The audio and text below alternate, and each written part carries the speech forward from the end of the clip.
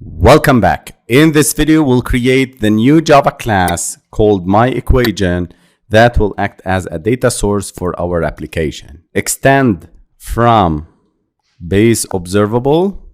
Extending base observable class provides the notify property changed method, which allows you to notify the data binding library when a property has changed.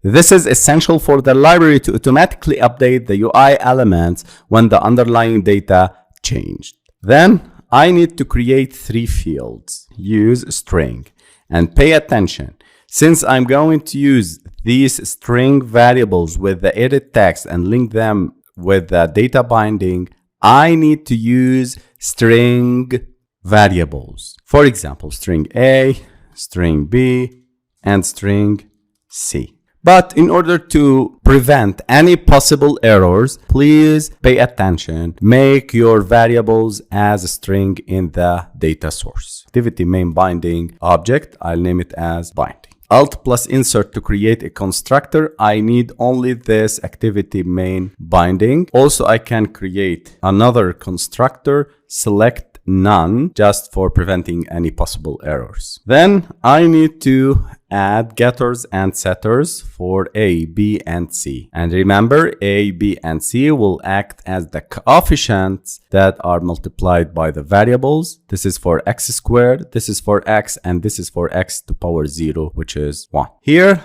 I need to add the bindable annotation. The bindable annotation is used to make the variable, for example, A, in this case, observable, which tells data binding to generate the necessary code to observe changes for A. Also, I need to make bindable here for B and bindable for C. I'll create a new method that will solve the equation. Public void solve equation. This method will take a view as an object in order to link it with the data binding library. Then I need to solve the equation, getting the A, B, and C coefficients and getting the discriminant. As I told you before, in order to prevent any possible errors, please pay attention to this trick. Always make your variables here as a string. Now it's very easy to convert string to double or integers. So here I'll start by int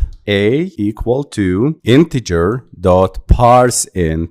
And here I need to use get A method. So here I'm converting this string into integer and store it inside a local integer inside the solve equation function. Int B equal the same, integer dot parse int, get B, and int C equal to integer dot parse int get C. Okay, it's very simple. Here I am converting strings to integers. The second step is to calculate the discriminant. And as said before in the presentation, I'll create a new double called discriminant equal to b squared, b times b. You can write it like this, minus 4 times A times C. According to the value of the discriminant, will determine the solution of our equation. So the roots, we can find them using this equation. The first root, minus b plus radical b squared minus 4ac over 2a, and the second root is minus b minus radical b squared minus 4ac over 2a. This is the case if the discriminant greater than